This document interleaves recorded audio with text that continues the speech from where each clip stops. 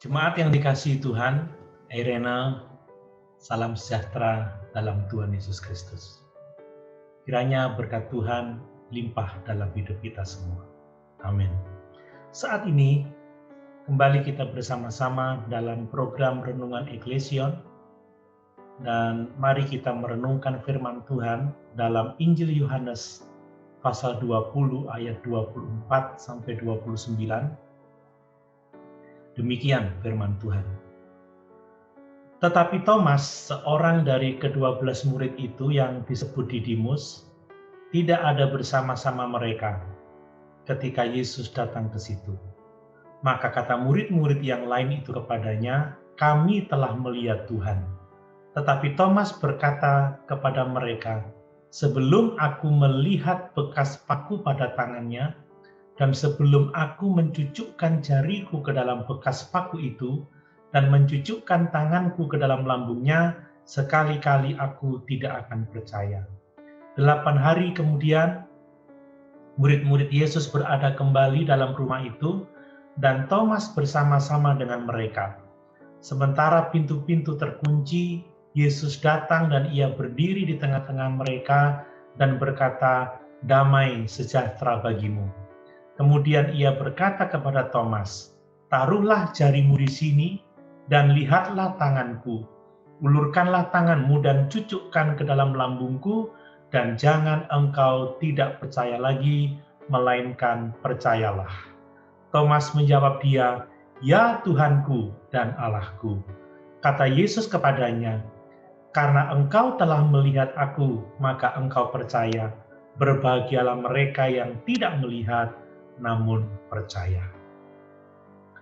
Jemaat yang dikasihi Tuhan, tentunya kita semua kenal dengan kisah Tuhan Yesus menampakkan diri kepada Thomas, seorang murid yang skeptik atau tidak mudah percaya begitu saja pada berita kebangkitan Tuhan Yesus yang disampaikan kepadanya oleh murid-murid yang lain.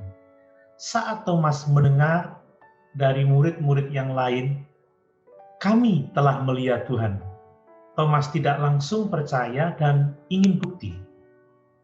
Thomas ingin Tuhan Yesus menampakkan diri kepadanya sehingga ia dapat melihat dan meraba Tuhan Yesus, mencucukkan jarinya ke dalam bekas paku dan mencucukkan tangannya ke dalam lambung Tuhan Yesus, baru Thomas akan percaya.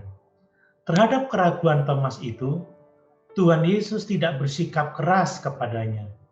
Meskipun Thomas bersikap skeptis, tidak percaya, Thomas masih setia kepada orang-orang percaya lainnya, kepada murid-murid yang lain, dan dia tetap setia kepada Tuhan Yesus sendiri.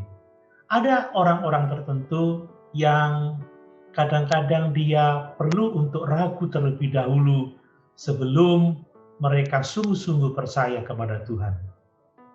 Jika keraguan menuntun seseorang pada pertanyaan-pertanyaan, dan pertanyaan-pertanyaan itu menuntun dia pada usaha untuk mendapatkan jawaban, dan jika mendapat jawaban, jawaban itu diterima, maka keraguan itu telah menuntunnya kepada iman.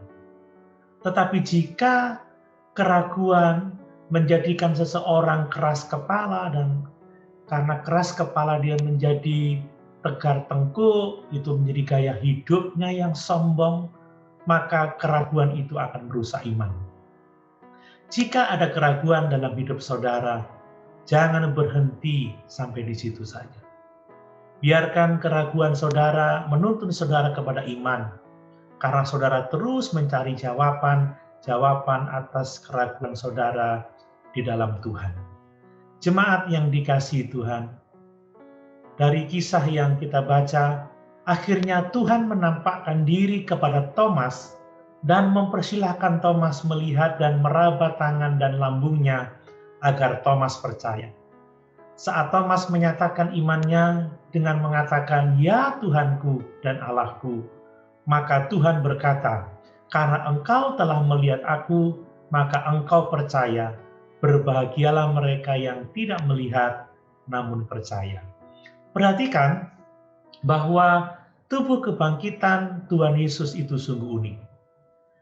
Tidak sama dengan tubuh Lazarus pada saat dia dihidupkan kembali. Tubuh Tuhan Yesus tidak lagi tunduk pada hukum alam yang sama seperti sebelum kematiannya. Tuhan Yesus, dia bisa masuk melalui ruang terkunci. Namun dia bukanlah hantu atau penampakan saja, karena dia bisa disentuh dan bisa makan. Kebangkitan Yesus adalah secara literal dan fisik. Dia bukanlah roh tanpa tubuh. Dia adalah manusia sejati dan dia adalah Allah sejati.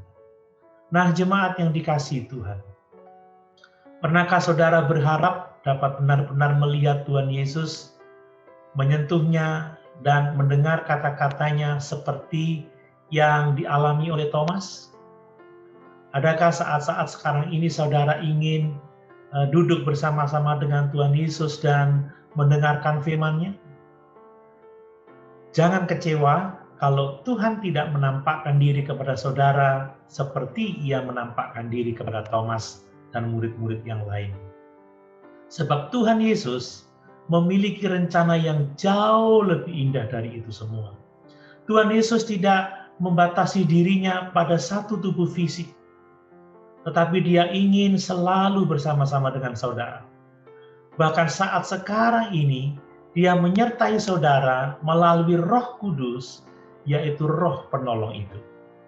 Saudara dapat berbicara dengan Tuhan Yesus, dan saudara dapat menemukan firman-Nya kepada saudara di dalam Alkitab, yang adalah firman Allah.